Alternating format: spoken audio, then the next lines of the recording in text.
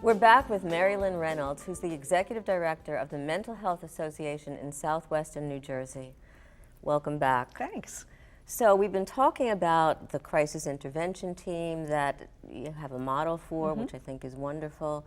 And yet what seems to puzzle, not just puzzle me, but kind of gets me a little bit upset is still when we talk about the stigma that a lot of family members who may be experiencing a member with a mental health issue, a mental illness, there's a lot of what we talked about, shame and blame, and what do they do with, what does a family member, not just the person who's mentally ill, what does a family member do with this, and how do we help to change that? Yeah, it's a very serious problem because obviously as a parent, if your child's exhibiting behavioral problems, people are going to think, well, what are you doing wrong?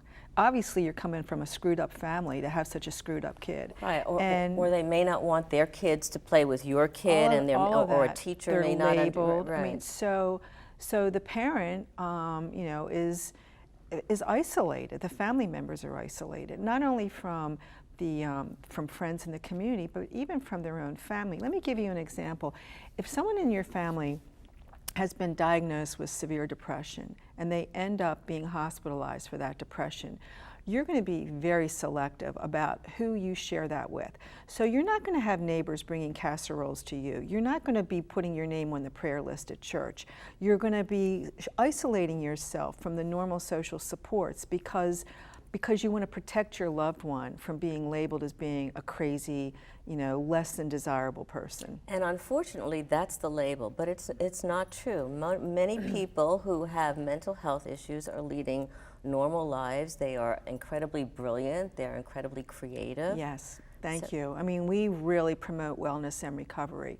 And so if you have a diagnosis of mental illness, there is effective treatment there, and you can continue to live a healthy life. Now, the Mental Health Association has a program where we help individuals with serious mental illness get jobs in the community, jobs like you have, jobs like I have, and learn how to manage their illness in a way that doesn't interfere with their jobs.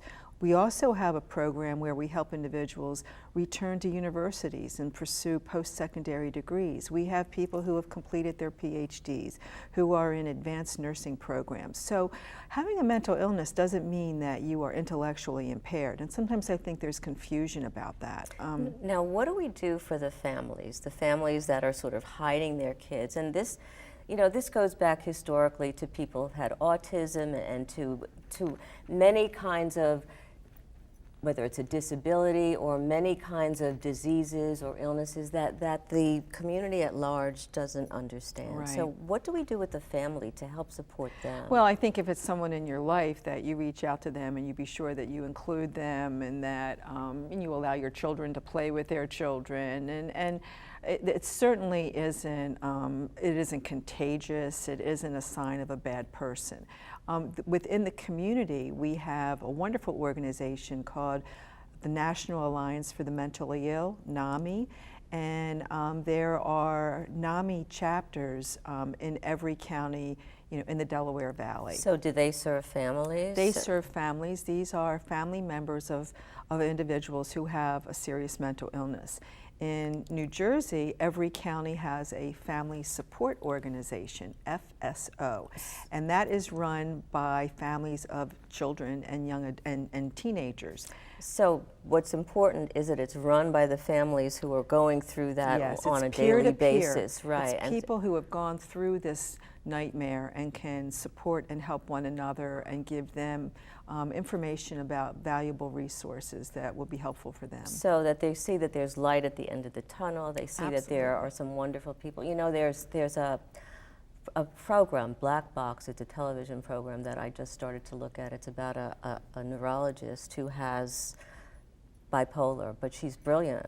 And so I think that's another way to really help change the perception. Yes, and I think if there are many artists and famous people in history. Several of our presidents have suffered from bipolar disorder. I mean, the movie on Abraham Lincoln last summer certainly showed that. So, having a mental illness does not have any reflection on your intelligence. And it doesn't have to interfere with your productivity. Right.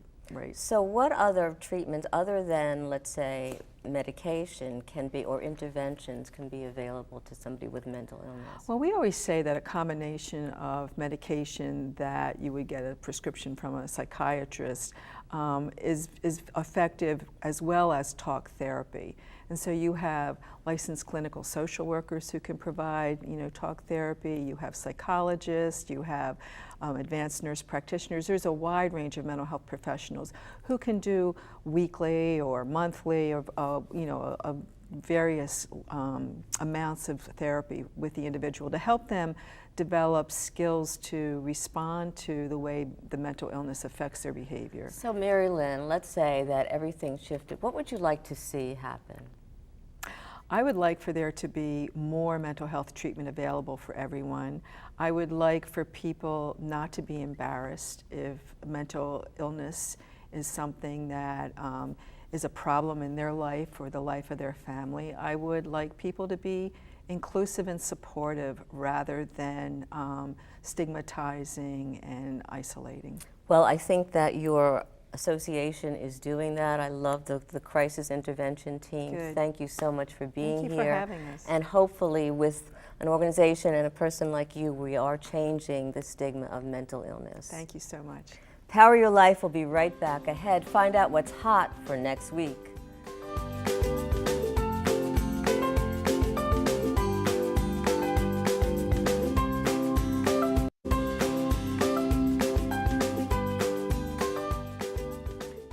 What are you celebrating in your life right now? Your friends, your family, your job, your kids, your home, maybe your pets. How about your feet or your brain or your eyes? Okay, maybe it sounds a little hokey, but we spend more time complaining or wanting to undo things that we don't like about ourselves or about our lives, and that's including me, and less time praising and connecting to all the wonders that make up our lives.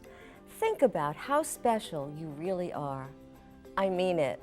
There's no one else on this earth quite like you, and yet we get down on our looks, we dwell on our mistakes and what went wrong in the past, taking so much goodness within and around us for granted.